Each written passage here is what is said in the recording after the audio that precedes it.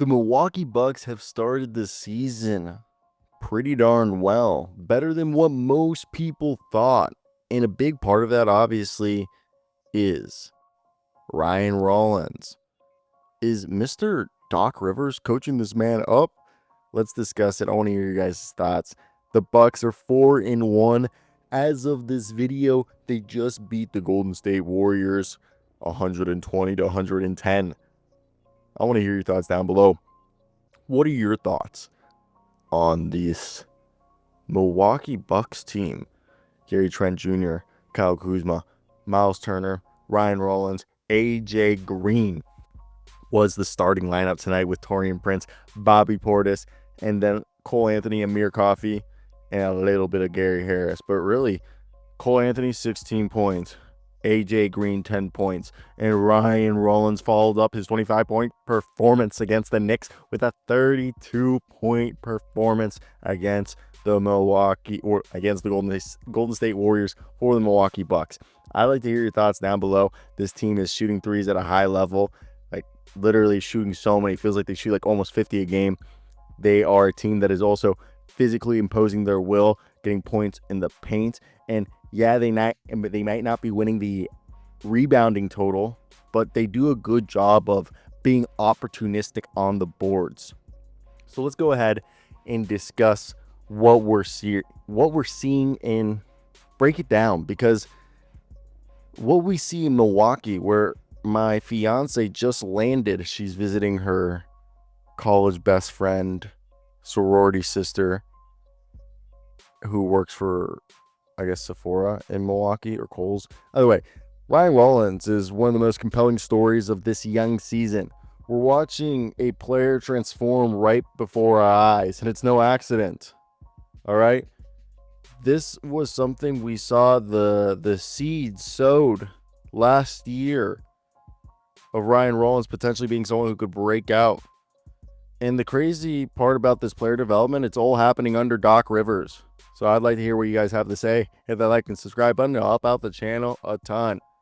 4 games. That's all it took for Ryan Rollins to go from rotational piece to entrenched starter. From a player that people thought was an afterthought to someone, if he keeps playing like this, is going to be a legit most improved player candidate. And let's be clear, this isn't a fluke. And before I say this, it's a little hyperbolic, but I'm kind of serious. This might be the Doc Rivers effect in full force. We're seeing his coaching philosophy, the system he put out there, amplifying Ryan Rollins' strength, and Rollins being a player who's just pouncing off the opportunity. And I think this is a direct result of the environment created to unlock Rollins' kind of talent. And this is amazing. 15 points, 4 dimes, 4 boards, and he's leading the league by pickpocketing players to the tune of 3 steals a night. And Rollins was someone who seemingly was heading towards a journeyman label as he bounced through 3 teams in 3 years. But the potential has always been there. I think we saw him as a guy in the season preview as a potential breakout candidate, noting that this team with Cole Anthony and Mr. Kevin Porter Jr. being the only other guards on this roster, he was going to have a lot of opportunity. And I've said it before, Rajon Rondo was someone that we all knew Doc Rivers loved and played him at a very young age and used him in that championship run. And what this shows us is that Doc Rivers, with a key assist from Rajon Rondo, is building the perfect ecosystem for a player like Ryan Rollins. And Rollins isn't just surviving, he's thriving. To truly appreciate what Rollins is doing now, you have to understand where he came from. This isn't some overnight success. I think this is a testament to perseverance and him untapping his potential. At Toledo, he was the guy. I mean, this is a guy who didn't have to go chase NIL money or transfer to get drafted. He was a high usage, dynamic two-way engine. And on the offensive side, he was putting up 19 points, 6 rebounds, almost 4 assists. He won MAC Freshman of the Year, followed it up with a first-team All-MAC selection. The kid could always hoop. But his NBA career hit roadblocks. He was drafted 44th overall to Golden State, and he had a foot injury that sidelined him to start his rookie year. And let's be real, the Warriors, chasing rings, didn't have time and the patience to develop a young, raw player, and they used his salary as, it was an interesting situation. And if you guys don't remember, he ended up getting shipped to the Wizards, which we'll discuss what happened, because it wasn't any better than what happened in Golden State. He was seen as a young guy who was going to have some upside, but then he was waived January 2024, and people started to write his obituary, calling it a guy who had a promising NBA career that ended with a bad decision. And look, Golden State needed vets and not a project. Washington just didn't want someone who kind of had like questionable circumstances regarding off the court, if you guys want to search up what happened there.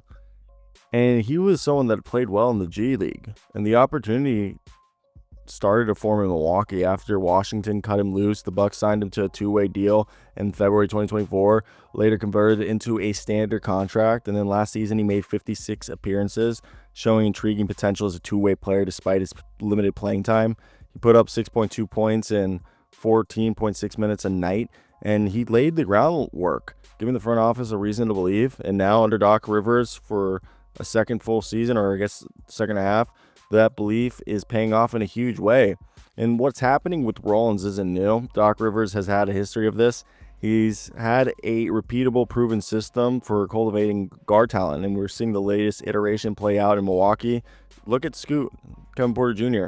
Like, Doc ropes a tight ship in terms of, like, not really tight ship, a loose ship, but he expects guys to embrace his tough love approach, especially with his lead guards. As a former NBA point guard himself, Doc Rivers holds his lead guards running his offense to an incredibly high standard, because in his eyes, they run the team.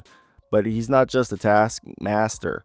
He masterfully mixes criticism with little docisms, little positive reinforcements, believing he can say a very negative thing in a positive way to get the best out of a player. And this forges a mentality that I think builds tough, accountable competitors. And look at Rondo back in Boston. That's the prototype. Rondo himself will tell you, Doc was on me daily. He was tough on me. But he follows it with the most important part. Doc gave me the keys, end quote. Doc empowered a 21-year-old Rondo to be the floor general for a team filled with Hall of Famers in Garnett, Pierce, and Allen, famously telling these legends to give him the ball. And that's the core philosophy. Trust the young guards with real responsibility. He's doing the exact same thing with Rollins, inserting him into the starting lineup when Kevin Porter Jr. went down. And I think if you look at this team, it's very interesting because, look, I think there's other guys that Doc has had success with. Tyrese Maxey. And I think that's the most direct, modern blueprint for what we're seeing with Rollins is Tyrese Maxey in Philadelphia. And the parallels are striking. Yes, Doc didn't just hand Maxey the ball and tell him to be great. He built a system around him. He identified his explosive scoring potential, Maxey's relentless work ethic, and engineered an environment where those traits could flourish. He put the ball in Maxey's hands. He ran actions to free him up. And most importantly, he instilled in him the confidence of a star. He took the young guard and gave him the structure, the green light to become an all-star. And what we're watching in Milwaukee is a similar process, to be honest, because I think there is a way or a reason for what Doc does, as much as people want to crap on him. It's just a different timeline. Rollins is walking the same path. Maybe he might not be an all-star, but I think the philosophy is translating to the court for Rollins. Doc and his staff are executing a multi-layered plan that attacks on Rollins' weaknesses and supercharges his strengths. First and foremost, Doc is putting the ball in his hand. He's not just playing him, he's entrusting him with the offense. We're seeing him initiate the half-court sets. He's the primary decision maker in the pick and roll, and Doc is calling plays for him to create. This is a 180 from his previous stops where he was an off-ball spectator. In Milwaukee, Ryan Rollins is the offensive orchestrator. He's the engine that is in name Giannis Antetokounmpo. This responsibility has unlocked his natural playmaking instincts, leading to 4.5 assists a night. He's reading the defenses, making the right reads and passes because he knows Doc Rivers, his coach, has his back. But Doc's system isn't just about offense, and Ryan Rollins' game isn't about that. He's demanding that Rollins becomes a stopper. The coaching staff is drilling him on the fundamentals of the defensive scheme. Fight over the screens, navigate traffic, use his quick hands. He has a 6'10", near 7-foot wingspan to disrupt the passing lanes and make it difficult to get a ball over him. And the focus is the direct cause of him currently leading the league in steals. They're convinced that him as a point of attack defender is a weapon for their defense, and that he can create easy offense from defensive stops. They say the best offense is defense, and he's buying in completely, transforming from a guy who was a question mark to a two-way nightmare. Now, Rajon Rondo. Bringing Rondo onto the staff was a genius move. He's not just another assistant. Yeah, I don't know if you guys knew this, by the way. Rajon Rondo is someone who, and I know someone's going to be like, he's not an official coach. He's like in, I guess, like a informal capacity.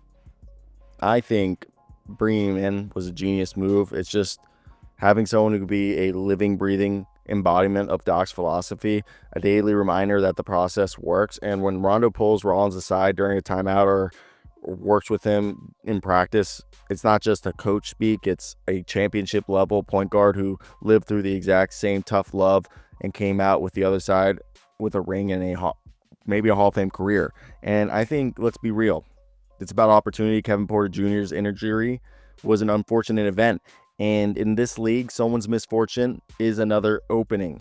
The Bucks needed a guard to step up, and that could have looked elsewhere, but Doc Rivers looked down the bench and pointed at Ryan Rollins.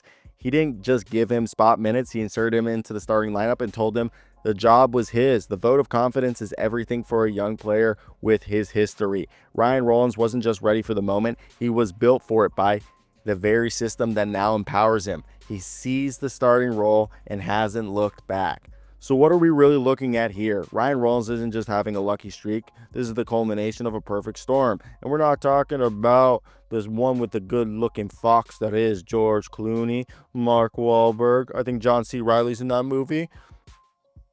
A pretty good one. You have a player with proven, albeit latent, talent and a Warriors mentality from overcoming years of adversity. He has a coach with a documented, repeatable system for developing and empowering guards who is applying the same Tyrese Maxey, Rajon Rondo blueprint to Ryan Rollins. And you have a tactical scheme that highlights his strengths as a creator and challenges him as a defensive point of attack enforcer. And you have a mentor in Ryan Rollins in Rajon Rondo, who's going to be challenging him day in and day out. So Doc Rivers isn't just unlocking Ryan Rollins, he's building him into the player he was always meant to be. The Bucks didn't just find a diamond in the rough. They identified a specific piece of coal, applied the exact pressure and heat required to create a diamond, and this is a case study in modern player development. Ryan Rollins is no longer a player who could be a journeyman. He might be a main attraction, and the league should be on notice. That's it. Ciao. Like, comment, subscribe if you made it to the end of the video. I greatly appreciate it. And yeah, that's gonna be it. I'm out, guys. What are your thoughts? And yeah, did you guys enjoy? If not, just leave. I'm out. Bye.